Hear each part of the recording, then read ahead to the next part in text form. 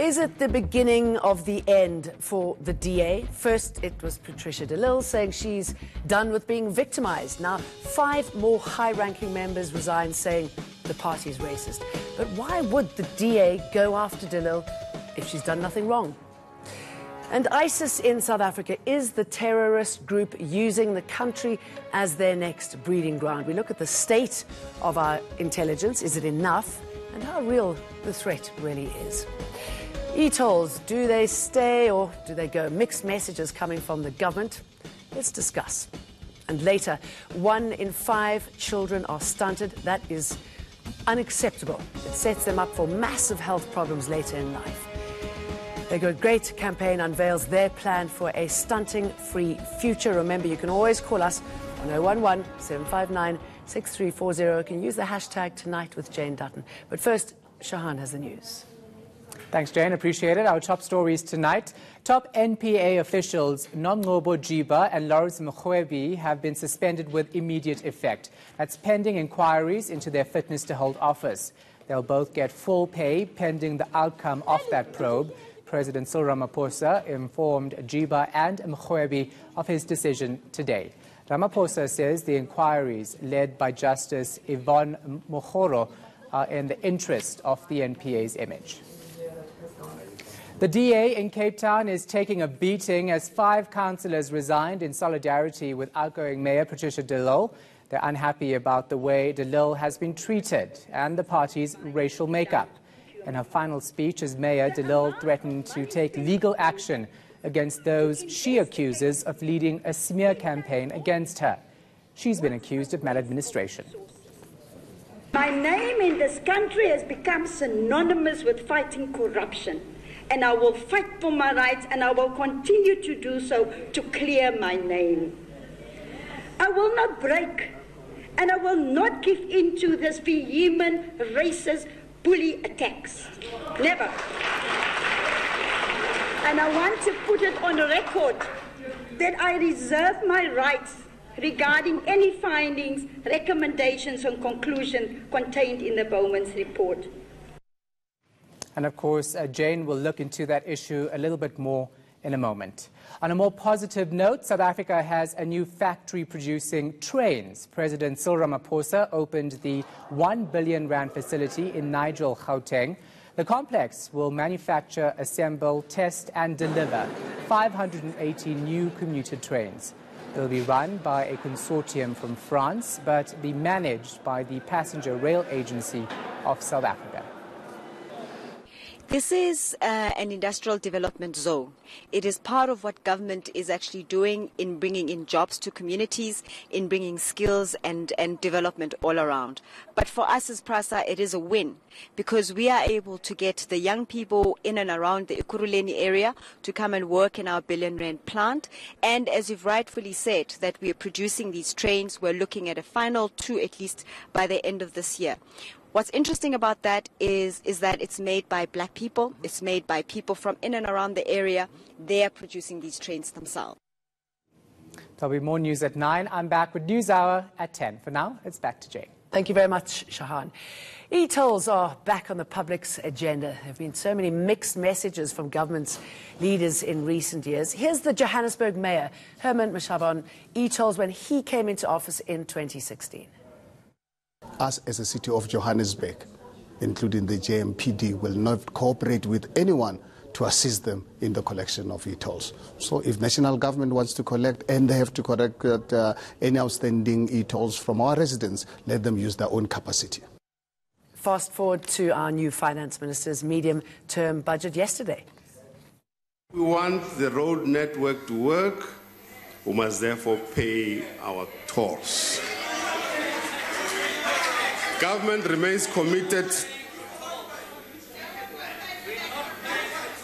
Government remains committed to the user pay principle because it is the most efficient and effective way to ensure that the direct benefits of services are paid for by those who use them directly.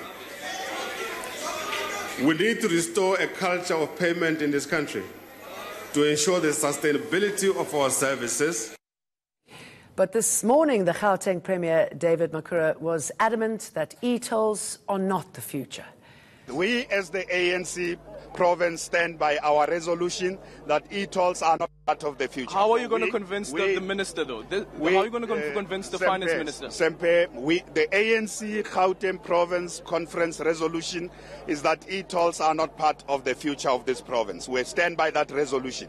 Are you going to speak to the president? We will do Are you going everything. to speak to the president about it? We have been engaging with the president on this matter, and we, as the ANC in this province, will continue to ensure that our conference resolution is implemented. And then just hours ago, the Transport Minister, Blade Nzimande. So I'm going to ask you directly, must we as Gautengers pay for eTolls? As things stand now, yes, that's government policy. But that does not mean that there aren't discussions on how we resolve this matter, hopefully to the satisfaction of most of those who are preoccupied about the matter.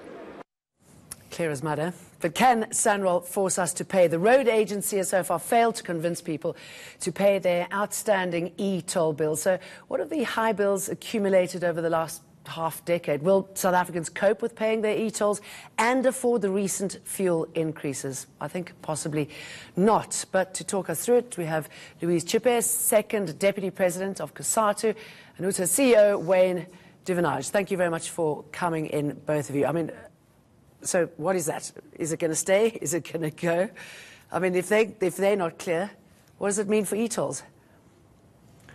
Yeah. Well, I mean, as far as we're concerned, eTolls is dead. It has 75% non-compliance. Over 3 million motorists owe money. The people have resisted, and successfully so. So it's all very well for Tito Mboweni to say eTolls are here to stay and it's an efficient user-pay scheme. But in reality, it isn't. Over 90% of the money is going to the collection cost. The world average is below 10%.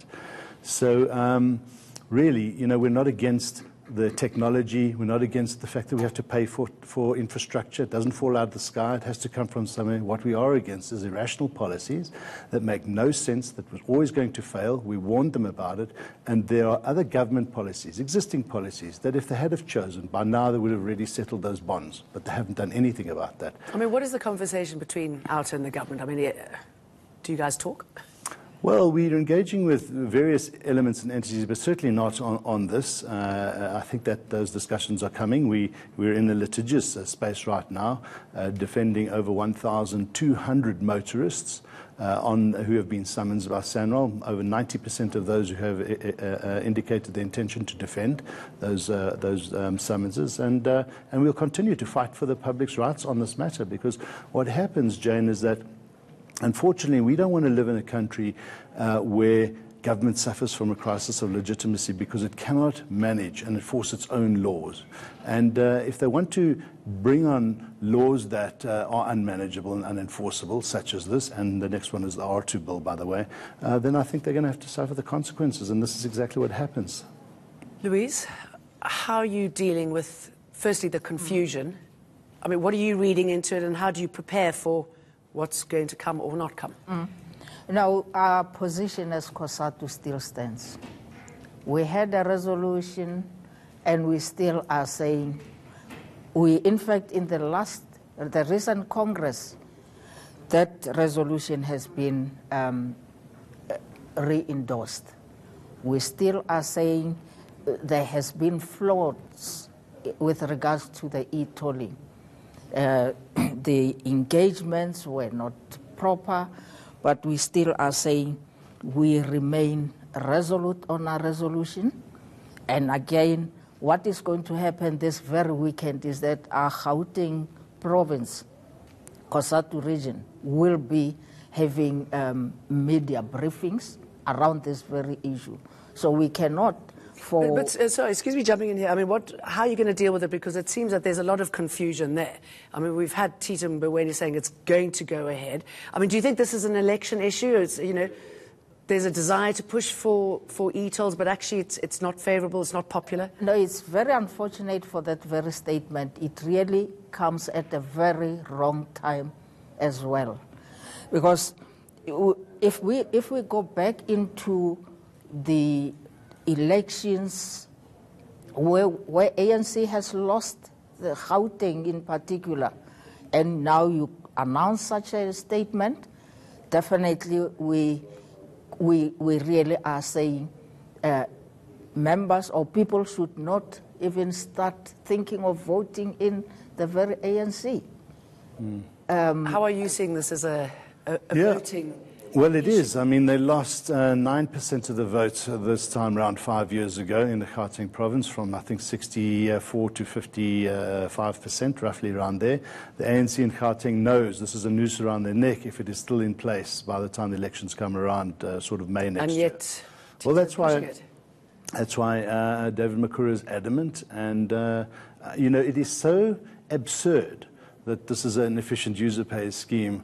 And Tito Mboweni is a good guy. He's a clever guy. He knows what he's doing. And there was a lot of good stuff in that speech. But on this, he's got it so wrong. And one wonders whether there's not another agenda, whether there's not a political strategy around this. If it isn't, then it just doesn't make sense. Let's listen to what people have to say who use eToll and what they think should be done.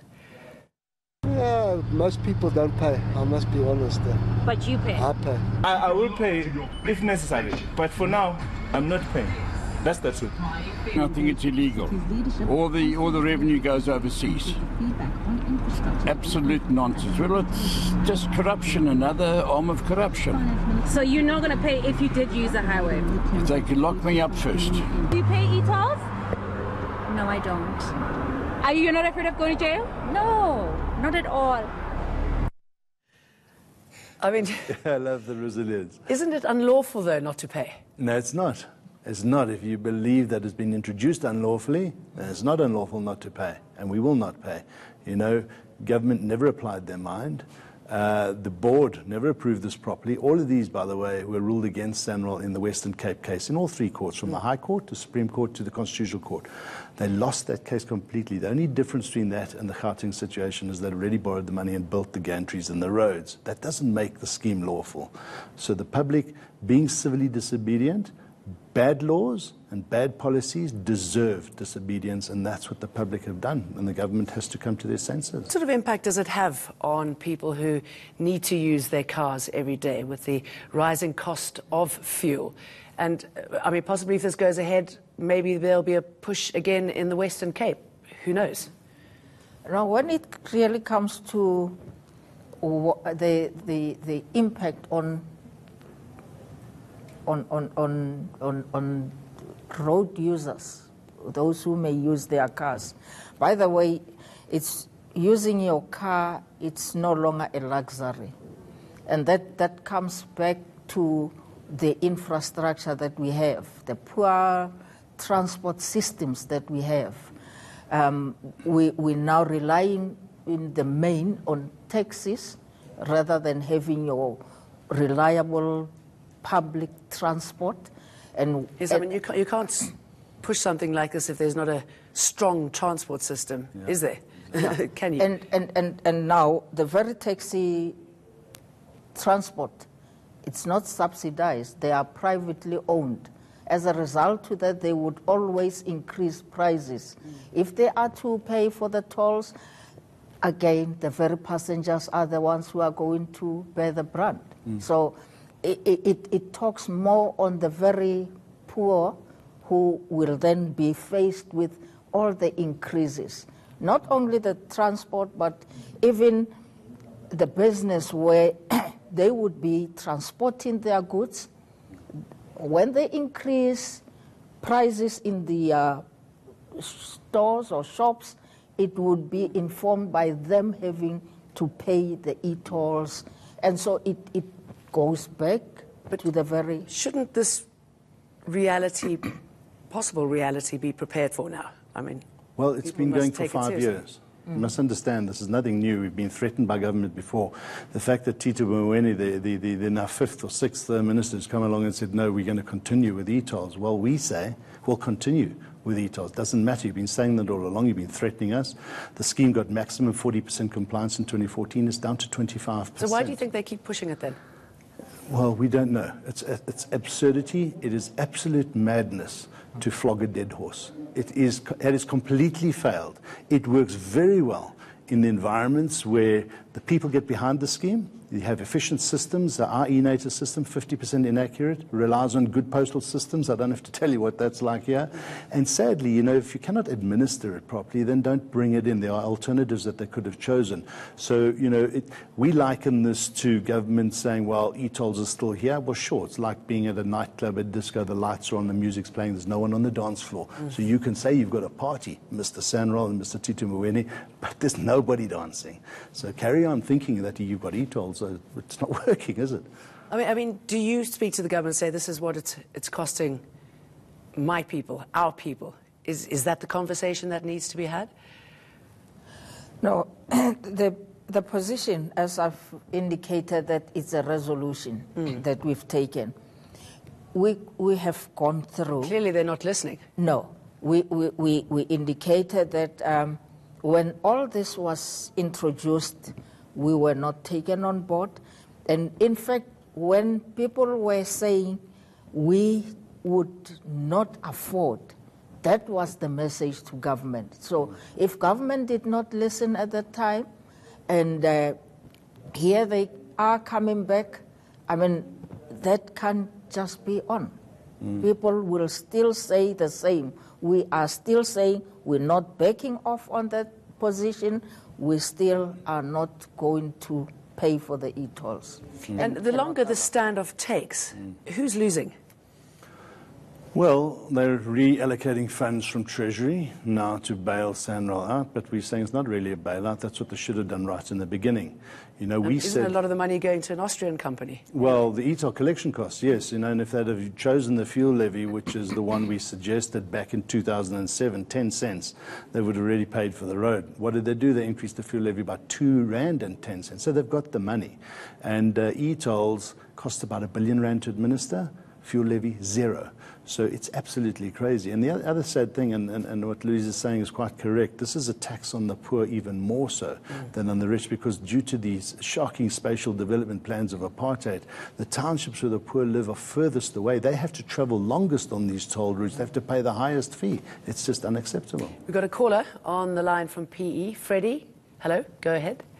Hi, good evening. Good evening. How are you? Good, thank you. What's your question? Good. Mr. Dutton, I just want to say to you, I travel from Port Elizabeth quite often to Johannesburg, and I take the toll roads. I pay my money. And I think those roads are beautiful. And I think government has done a good thing, and I think you must stop giving people a wrong impression that it's a waste of time. It costs money to build those roads, and I think you must understand that people have to pay sometimes. Don't encourage people not to pay. Please, we have to pay. Unfortunately, otherwise who pays?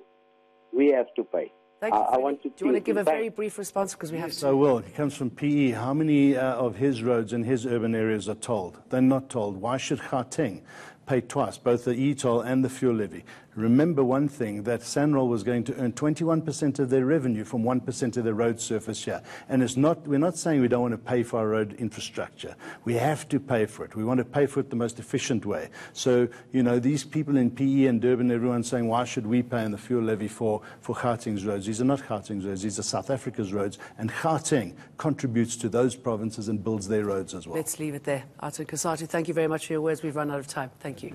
Thank you. Still ahead, is ISIS operating and hiding in South Africa? Stay with us.